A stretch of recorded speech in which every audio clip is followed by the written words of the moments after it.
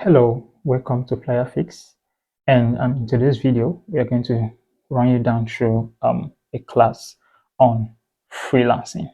It's just an introductory class, so you definitely need to take more courses after this class to be up to speed in all that freelancing entails. But if you're just looking for something to or if you're just looking to understand the whole concept of freelancing and how it works, then you are welcome to this class. Now, before we jump right into the tutorial, I would like you to take a moment to subscribe to this channel and turn on the notification bell to receive notifications when we make more videos like this. Now, let's start the class. Freelancing, an introductory class. Now, we are going to be covering the following contents in this course: freelancing myth, what is freelancing, why should you freelance, personality, qualities of a freelancer, the top freelancing skills, introducing freelancing platforms, skill building resources, freelancer portfolio, and then we wrap it up with how to sell yourself. Now, what are some freelancing myths that we need to uncover? We need to unbox, because there are so many things there that people talk about freelancing, but we need to know if those things are correct or not. Now, one of the freelancing myths you will definitely encounter is the fact that there is no job security. People often say that freelancers do not have job security simply because they don't work under a boss. So they can lose their job at any point in time, or they can have a client who will not pay, or they can have no client at all. All right, now this is a myth, because as a freelancer, you have the opportunity to work with several persons. You don't have to wait until your contract, so to speak, terminates with a client before you go to work with another client. All right, freelancing gives you the opportunity to learn, the opportunity to spread your tentacles across different clients, across different platforms, giving you that robust opportunity, all right, to apply for different jobs at the same time. All right, so you don't have to wait till you are done with a particular contract before you get into another contract. Take, for instance, you can be doing 3 jobs at the same time as a freelancer. I mean, you can be doing 5 jobs at the same time as a freelancer. All right, that gives you a whole lot of job security, if you ask me.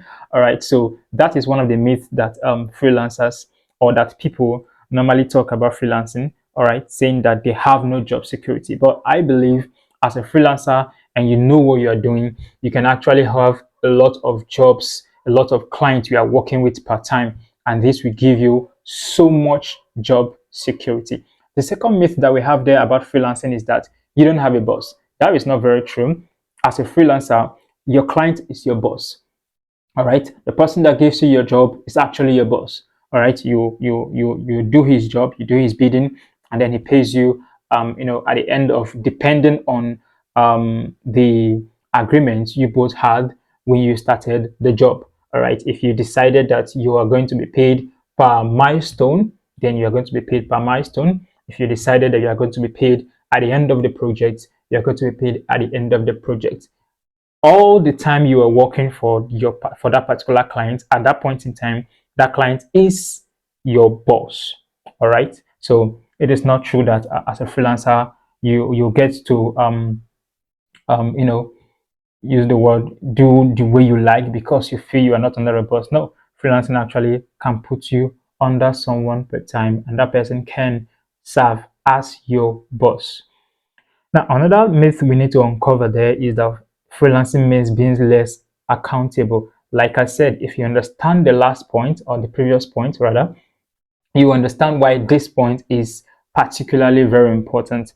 Freelancing does not mean you don't have accountability structures in place for your life and then for your job. Okay, now as a freelancer, you do best by having an accountability partner. All right, you do best by structuring yourself, because freelancing can often make people become lazy, so to speak.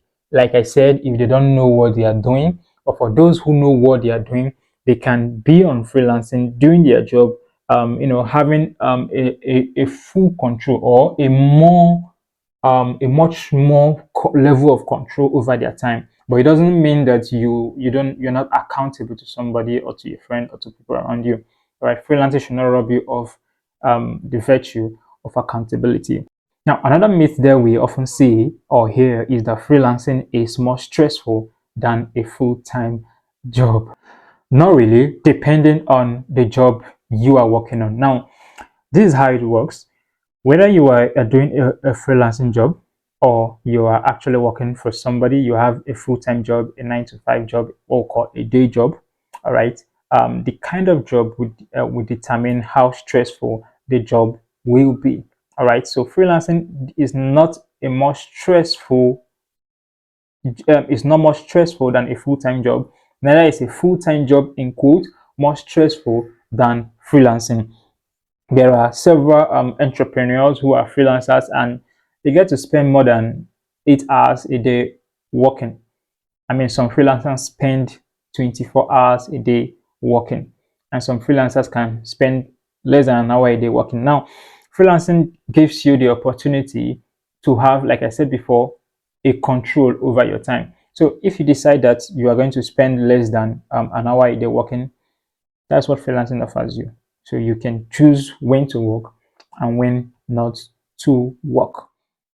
Now, let's jump right in. What is freelancing? Now, freelancing is doing specific work for clients without committing to full-time employment. In other words, selling your skill in a digital format on your own terms. That is what freelancing simply means. All right, selling your skill in a digital format on your own terms. And your own terms, like I mentioned before, it is not a loss of accountability. Your own terms simply means when you want to work, a control of your time. If I'm a freelancer and I don't go to apply for jobs probably on Upwork or Fiverr, that simply means that I'm not going to get a job. I'm not going to get a job, then probably I can do other things with my time. All right. Now that is what freelancing actually means: doing a specific work for clients without committing to full-time employment. So you are not under their payroll, but definitely you are still working for them, but you don't have a full-time employment. Now, why should anyone consider freelancing? Let's look at 4 reasons why people consider freelancing. Number one, flexible working hours. Freelancing offers you the opportunity to choose your working hours and make time for what is more important. That is one of the beauty of freelancing. You get to choose your working hours and you get to make time for what is more important to you. Number two, freelancing helps you be in control of your time. Now, whoever controls your time in a way controls your life. So you can decide to work or not work. That is one beauty of freelancing. It gives you an enormous control over your time. So you can decide when to work or you can decide when not to work.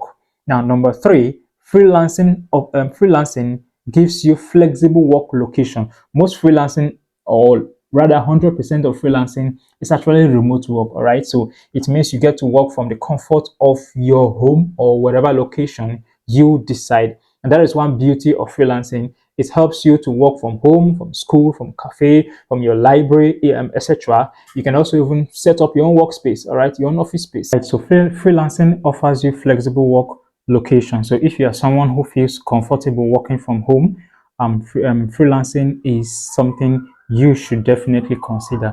Now, the next point there is continuous education. Now, your 9 to 5 job, because of the technicality of how the work looks like, it may not give you the flexibility to have all that time to invest in your self-development. But as a freelancer, you have the time to say, okay, you're going to work today, or okay, I'm not going to work today. I'm going to focus on learning a particular skill. I'm going to focus on reading a book. I'm going to focus on watching a movie. I'm going to focus on maybe going to a conference, hanging out with people of like minds and improving myself. So that is one flexibility. That is one perks of freelancing. Freelancing affords you the opportunity to keep learning new things about life and about science. And let's say you are a virtual assistant, for example, working as a freelancer. You can simply probably clock in 2 hours, 3 hours, in a day, and you are done for the day. And then you can spend the rest of your time, learning new things about life. So that is one of the most important things that freelancing offers you. Also, next we are jumping into personality qualities of a freelancer. Now, these are qualities that a freelancer should have to thrive in the freelancing world. The first one there is communication, and if you look at our graph, communication holds the highest rating there. That means as a freelancer, you must know how to communicate. You're going to be working with teams, you're going to be working with clients, you're going to be having Zoom sessions, Zoom meetings, you're going to be talking a lot. And when it's physical, let's say you're doing a 9 to 5 job for instance, and you're clocking in the work, it's easy to just speak better when you are seeing the person you are speaking to physically. But then when it's a remote setting, you may not have that body contact with your boss or your client, and then you may not be able to speak very well. But then you must make sure that that does not affect you as a freelancer. You must know how to communicate. All right, when something is not clear, you must know how to ask clear questions. I'm sorry, I don't understand the terms and agreements of this contract. I'm sorry, I don't understand your deliverables. What do you expect? What are you expecting from this particular contract? As a freelancer, you must know how to communicate. The next thing there is industry knowledge. Industry knowledge is rated to 2.8%. As a freelancer, you must be skilled. You must be on the top of your game as per your industry. You can't afford to be a freelancer and then you are given tasks, you are given things to do, and then you can't deliver because you are not good in what you said you are. Now, as a freelancer, you are definitely going to lose a lot of gig, not turning in perfect work, not turning in perfect deliverables.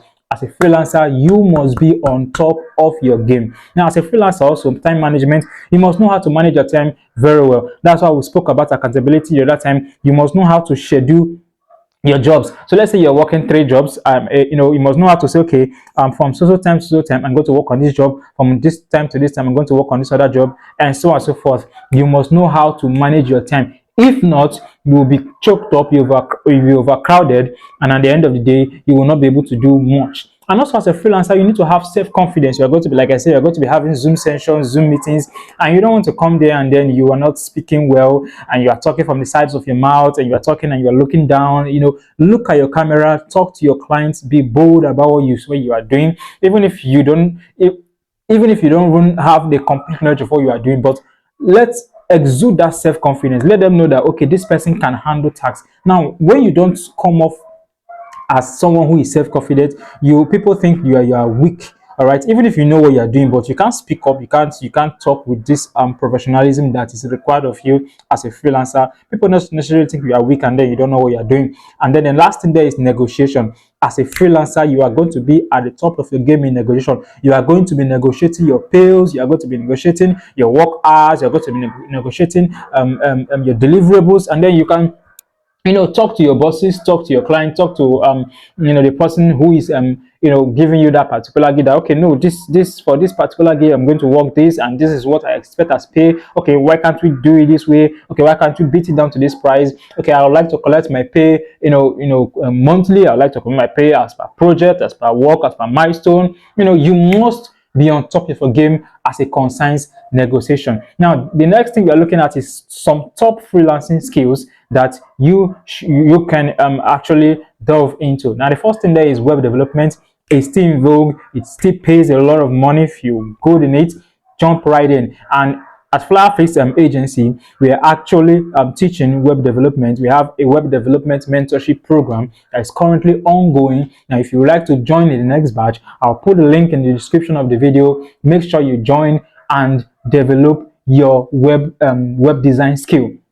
All right, we have software application, we have writing and copywriting. You must know how to be a good writer if you're going for writing or copywriting. And also for copywriting, we have a copywriting mentorship program that is currently ongoing. In fact, we're already in the 4th class already of this copywriting mentorship program. If you want to join or book for the next batch, I implore you, click the link in our description of this video and you are going to join the next batch of our copywriting mentorship program organized by Flyerphics agency. Another top freelancing skill you can leverage on in this age and time is graphic design, social media marketing, video editing and production, data analysis, virtual assistant, translation, social media management, UI UX, social media influencer, artificial intelligence. most of these skills we have training for them under Flyerphics. You just have to register with us, and then we can start up immediately. Now, when you have learned your skills, what are some platforms that you can apply for jobs? The first one there is freelancer.com. We have upwork.com. We have guru.com. We have peopleperhour.com. We have fiverr.com. We have LinkedIn. We have 99designs.com, craigslist.com, simplyhire.com, toptar.com, and of course we have behance.com. Some of these platforms are tailored to a specific kind of skill. All right, probably if you are into design, if you're into branding, Behance will actually be the best place to go to. All right, and but of course you can also host your portfolios on Behance, and we'll talk about portfolio very soon. Now, as a freelancer, you need to build yourself. All right, now there are places where you can have access to resources, materials to build yourself. That's another thing you should consider. We have YouTube, we have Udemy, we have Lynda, we have Coursera, we have Skillshare, we have Pluralsight, we have HubSpot Academy, EDX, TubeSplot, and of course SkillFeed. Now, the next thing we are going to look at is your freelancing or your freelancer portfolio. Now, what is your freelancer portfolio? Let's look at that. A freelancer portfolio is a curated collection of your best work as a freelancer that can be used as a professional tool to display your skills, creativity, and experience to potential clients. Now, as a freelancer, you don't want to apply for a job and they're asking you for your portfolio, or they want to see your previous work and you don't have anything to show for it, or you are just sending them individually. Okay, I did this design the other time, I did this one the other time, or I did this writing the other time, and so on and so forth. No, you want to actually show them a space or a container or a folder or a file that hosts or that has all your previous experience. They want to see what you have been doing, they want to see what you have done, they want to see what you can do. Now that place or that folder where you have all your previous experience is what we call a freelancer portfolio.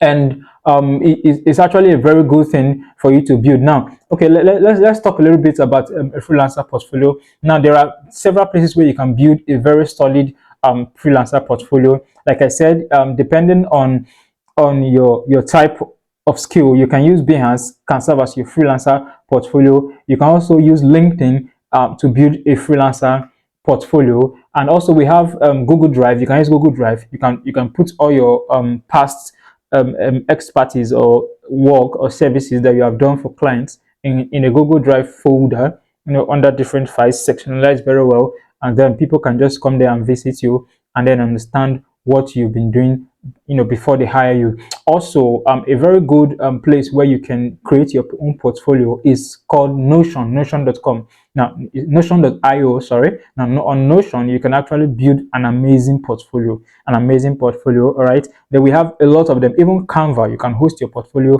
on Canva. Now, getting started as a freelancer, I want to run you through a specific list of how you can start.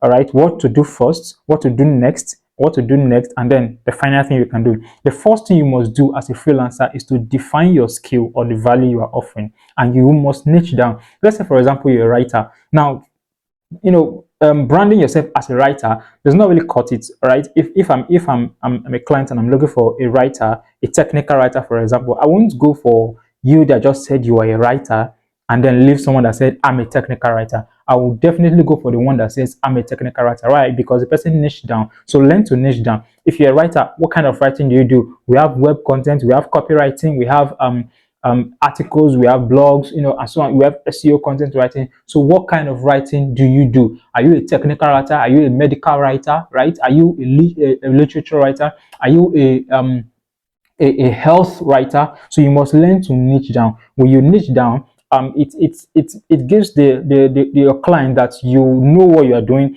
and you are an authority in that particular field. The next thing to do after niching down is to find your target audience. All right, you must know the persons you are pitching to. All right, you must know the persons that need your services. For example, I'm using the writing service also. So let's say you are a writer and you have discovered that, okay, you're going to be a technical writer. Now, who are the persons that need the services of a technical writer? You must be able to define your audience. All right, so as a technical writer, definitely you're going to be looking for jobs in places where they need technical writers. You can't be a technical writer and you're looking for jobs in places like you are looking for clients that are working in the health sector, for example. All right, there is no how they can help you get jobs. You can't get a job rather in the health sector as a technical writer. Okay, so you must make sure that you look for your target audience, find them where they are, and then you can pitch to them. Next thing to do is to develop a pricing structure. This is very important. I must be clear with you. This is very important as a freelancer. You don't want to be called upon by a client and then you are giving the person $20 today and then someone else you are giving the person $50. You must have a definite pricing structure. I tell people to go on Canva, type pricing structure for whatever niche you are writing on, and build one. So whenever you are called upon, a client calls you on to say, okay, let me see your pricing structure, what you charge. You just send them the either it's a file, an image, or a link, all right, to the place where you have the pricing structure, so that they see it for themselves. It gives you an air of professionality, in what you are doing. But when you are asked for a pricing structure and you just say I charge so thing per hour, without sending them, a kind of brand asset, all right, it makes them feel that you probably do not know what you are doing. You're not professional in what you are doing. But when you are asked for your pricing structure and then you are sending a file, all right, you're sending an image that contains your pricing structure well laid out, it gives this air of professionalism that, okay, this person knows what he or she is doing. So make sure you have a pricing structure, and it also helps to curtail unnecessary negotiation. All right, thank you. So the next thing you need to do is to create your portfolio. Like we talked about portfolio, all right? Now it's a place where you can host your best work. Okay, now I didn't mention something on this portfolio. Your portfolio, what should be there are your best work. We understand that you started freelancing probably, excuse me, 15 years ago or 10 years ago, 5 years ago, let's say in 2019, for example. Now, when you start in 2019, there's a possibility that you are not going to be doing your very best work, all right? You're going to be doing stuff, but they may not be very good. Now, as you keep on building, you are going to be building better systems, all right? Better works, better things. Now, it is best for you, all right, to put those nice things on your portfolio. Now, after your portfolio, you are going to come up with a proposal system. Now, if you're applying for jobs on platforms like Upwork, you need to have a proposal. You're going to be writing a proposal, all right, or Fiverr, or you're working on Fiverr also. I'm going to be sending people like a proposal. Now, a proposal is like a pitch statement, all right. When you tell people, your clients, what you can do, your past experience, and that you are the best person for the job. All right. Now, if you are looking how to learn how to write better proposals, just let us know in the comment section, and we're going to make a video centered on proposal writing. Now, one of the good things in having a proposal handy is because sometimes you may not be able to write proposals all the time, new proposals all the time that you want to apply for a particular job. So it's best to have a folder titled proposals where you write different proposals, all right, for a particular for your skill, all right, so that when you have different client that needs a proposal, all you have to do is copy and paste and edit and then send to your clients. And the next point there in getting started as a freelancer is to create a relationship with your client. All right, you must be able to build a solid relationship with your client. Now that you have interacted with the client, you've gotten the proposal, you have gotten your work. As you keep on working, all right, you must make sure that you what we call have a good impression on your client. Now, the reason why this is important is because most of the time, or some of the time, getting jobs via referrals are better than going to bid them for yourself. They're quite easier. Right, so imagine if you worked with a particular client and you did an excellent job. There's every possibility that he's going to, or she is going to, or they are going to refer you to someone else. But if probably the relationship you have with that your first client or one of your clients is not very good, there's a tendency that they will not really recommend you to someone else that needs your particular service. So don't just keep it at work. Try to build a kind of connection. Of course, don't take it overboard. Try to establish some kind of informal relationship with your client, but then you must make sure your client is satisfied with your work and your client sees that you are a good person to work with and you have a reputable image. All right, you talk well, and you have good communication skills, that as we have discussed before. Now, the last thing to do getting started as a freelancer is to continue developing your skills. Skills get outdated as the trend moves on. So you must follow the trend and make sure that you develop yourself. When new things come up in your trend, know how to use them. For instance, there is this explosion of artificial intelligence currently now. As a writer, you should know how to leverage them in your writing. We don't recommend that you use AI to write, but you must know how to use AI to make research, how to use AI to probably give you a dummy template that you can work with, how to use AI to, to organize your work, to check for typographical errors, grammar accuracy, and so on and so forth. But you must not use AI to write your full article, because there are such sites that can test for AI written content, and you may get flagged. Now, selling yourself. Now, no matter how much good you are as a freelancer, if you don't have to sell yourself, nobody will know you. Okay, so now selling yourself is not about convincing others of your worth, but about owning and communicating your value with confidence. You don't have to tell people that I am valuable. No, nobody wants to hear that you are valuable. Rather, you want to tell people that this is what I can do. All right, there are two different things. I am valuable and this is what I can do. So don't come on your status or come online or write on your Facebook or your LinkedIn profile that, oh, I am very valuable. This is this, this is that. If you employ me or if you take me for this job, I'm going to do this and that. No, you don't tell people how valuable you are. You tell people what you can do. I can deliver this. I can deliver high quality content. I can do this. I can do that. Let people see what you can do. And of course, you are saying it. You are showing them proofs. You are seeing proofs of what you can do. That is how to sell yourself. All right, you don't push it down people's throats that you are worthy of value. Let people experience you and then tell the testimony that of course you are worth what you said you are. People buy you, all right, not what you are necessarily offering. So people buy you. That is why it is good to establish a good relationship with your clients, because thereafter they are going to be referring you to other people. So most times people feel comfortable working with you, not necessarily because of the product you are selling or because of the services you are rendering, but because probably of your personality and how you communicate these things. Now you have to establish yourself as an authority in your niche. Like I said before, one way to do that is to niche down to a particular field, all right, and then establish yourself as an authority, all right, have social proof, have credibility. Now, one way to establish yourself as an authority in your niche is to teach what you know, all right, teach what you know, train people in what you know. It will come off as someone who understands the niche he or she is,